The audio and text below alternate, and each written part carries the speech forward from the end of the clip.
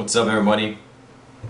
DRJ here, and today is going to be part 2 of the Jobby job outside of gaming games question and answer session. Actually, just got off work, so a little tired. I'm sure having a beer will really help out with that. So this is where I said I was going to answer you guys' questions that are off my website, Mr. Picky Pants. First section kind of talked to you guys, said some basics, some generalizations about life outside of games, my job mainly, and this part is about the questions you guys wanted to know. So I basically just went down a list, tried to pick out the questions that seemed to stand out the most, or the most unique. So here I go. So Anonymous wanted to know what was the worst, goriest, bloodiest thing I've ever seen during work. I guess it actually wasn't that gory. During clinicals, I got to go down the OR and stand in when they were amputating a guy's leg off. So that was interesting to see. It was really, really strange. Actually, you would think it would be more gory, and I'm sure in certain circumstances it was. This particular patient actually had diabetes and had extremely poor circulation, and actually just with elevating like the extremity and I think it was just all they did was elevate it. There was very, very minimal blood loss. It was shocking. I think actually what stood out more than actually the gore, seeing the inside of somebody's leg, was just seeing like them hold the other half of it. It just was weird. Like in my brain, it was just like it didn't connect as to it didn't make sense. Like, okay, like half this guy's leg is in one person's hand and the other half is still on his body, and it just didn't make sense. It was really, really strange to see that the first time. Radix wanted to know what are my work hours like, and I've heard that nurses get to work 12 hours 3 days a week, and that gives you plenty of free time. Yeah, absolutely. So I work weekends. So I work Friday, Saturday, Sunday, 12-hour shifts. Nurses can work a whole variety of shifts. What's really cool is you can fall into like the self-scheduling category, which unfortunately I don't at the moment. But that can give you the ability to work. If you're doing 12s, you can schedule yourself to work the last 3 shifts and then the first 3 shifts of the following week, which would give you like close to a week and a half off without actually taking vacation or anything. So yeah, I work 3 days a week, and then I have 4 days off. So it's pretty cool. I really can't complain. I love it. What is my degree in? My degree, I have my Bachelor's of Science in Nursing. So one of the things that's happening, it really changes, especially the perspective I have of living in a different part of the country now.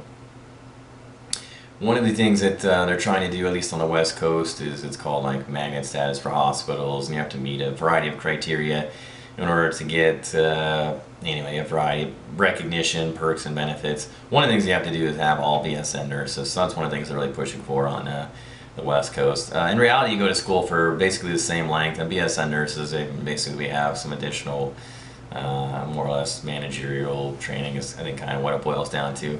Also, the schools will tend to focus on more theory as opposed to the how and why, as opposed to just teaching the skills themselves. Glock, I think it's Glock Ocelot. Also, in general, how are male nurses treated in the medical industry, at least in my experience? In my experience, they're just haven't really had any issues with it. I think the most common thing as I get is people think I'm a doctor, which is funny because there's still a stereotype around that males are, physicians, but I think it was either very close to or females tipped a balance a year or two ago as far as more physicians are females. So that stereotype is still there from back in the day, but definitely not that way anymore. So I haven't really gotten anything. Most of the people that say something are outside of healthcare, and I'll get the what is it, the Fokker comments, whatever. I had about 1,000,001 times. So yeah, I've heard it all, but not within healthcare. It's non sequitur. Sam Saber, why did I pick mental health as my specialty? I picked mental health because I like the challenge of therapeutic communication. I like it's very difficult to get your point across, say what you want to say without dumbing things down, and it's a real challenge to apply those types of concepts to mental health. People are having all sorts of different issues, and listen to what they have to say and give them, constructive either criticism or recommendations on ways, whatever it is, relieve stress, talk them down from whatever's going on with them, figure out some way to deal with issues. And it's a challenge that I like. Plus, you get to interact a lot more with patients typically, as opposed to most of the areas that I've worked. Mia wants to know, do I change people, and something about auxiliars, which I think sounds like their country's equivalent of CNAs. A lot of people want to know, like, do I have to change people? Do I have to mess around with poop and pee and things like that? In general, I was a CNA beforehand, before I was a nurse, and you have to do all sorts of stuff. Like, that's your job as a CNA, is the poop and pee stuff. But now, do I do that? Not really. It can really change on your unit. Typically, if you're in ICU, oftentimes they don't bring in underlings there. They don't trust them being in ICU. But in other units, CNAs will come in, and typically the CNAs will take care of the majority of that stuff. But yeah, it's not uncommon to have to do something along those lines. But is that the majority of what you do? No, absolutely not. But like I said, it really depends on the area that you're in. Obviously, mental health, not doing almost anything related to that.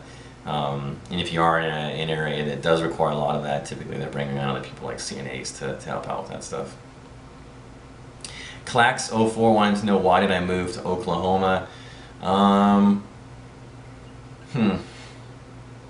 That's a hard one. The next question is a little hard to answer. Moved to Oklahoma because it's really difficult to find jobs in Oregon. It's very, very difficult to get into nursing school. A lot of people applying in the thousands, and they'll take 20, 30 people or something like that. So it's not easy to get in. Similarly, it's very difficult to get hired.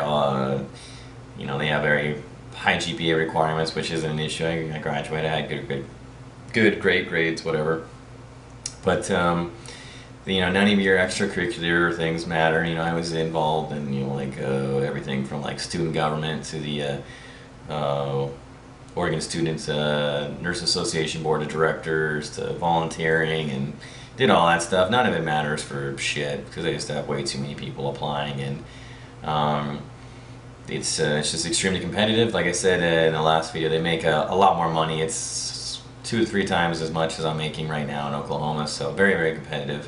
That's why I moved to Oklahoma, because they offered me a job.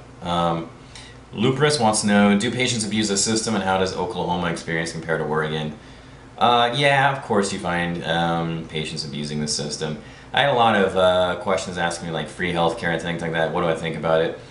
When you're in healthcare, basically what you're seeing is people are at the end of the rope, the end of the line, and it's both sad and frustrating for a variety of reasons. It's sad to see people progressing to this stage, especially when it's preventable illnesses, diseases, whatever you want to call it. And it's mainly because our healthcare system focuses on, treatment versus prevention. And as far as like the money goes, as far as I understand, it breaks down, people that pay insurance pay more in their premiums because they, cost shift and shifts over those differentials, so the people that can't pay, it shifts over, and people that pay those premiums pay higher premiums to cover the people that can't pay.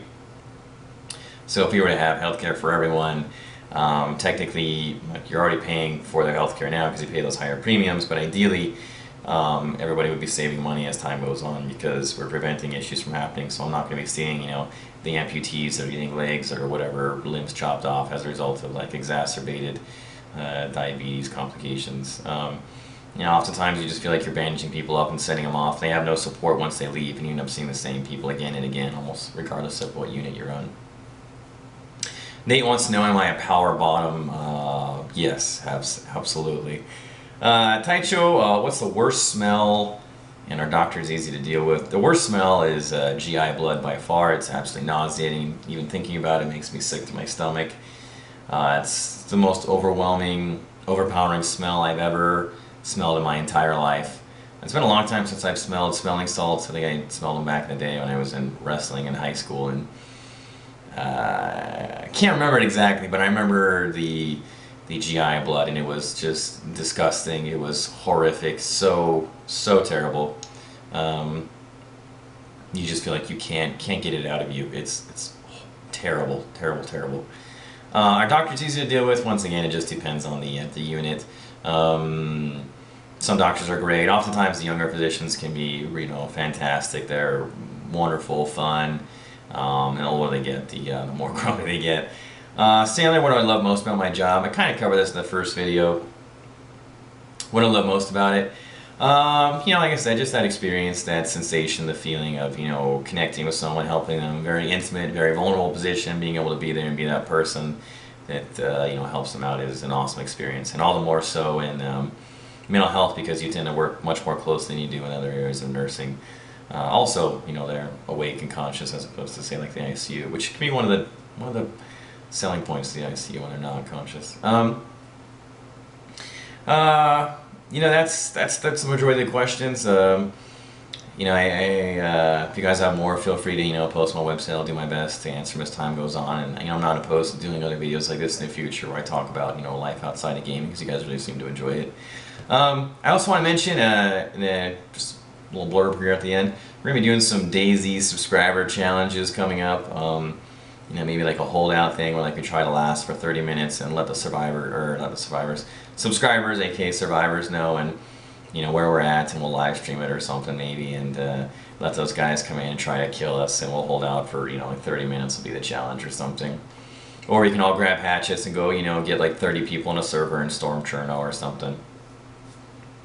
I'll also be doing the zombie survival story. Do that here at the end of this week, basically compiling the best points I found from everybody that submitted their stories, talking about where we're going, and kind of just doing like an ongoing, I don't want to say writing a book per se, but doing a story with you guys, and you guys get to decide where it's going. So I'll pick out what I think is the best, the unique points, and we'll move on from there. And that's how our character will evolve and adapt, and it's it's ridiculously nerdy, but it's a lot of fun. So stay tuned for that stuff too. As always, comments, criticisms, or critiques, let me know what you guys think.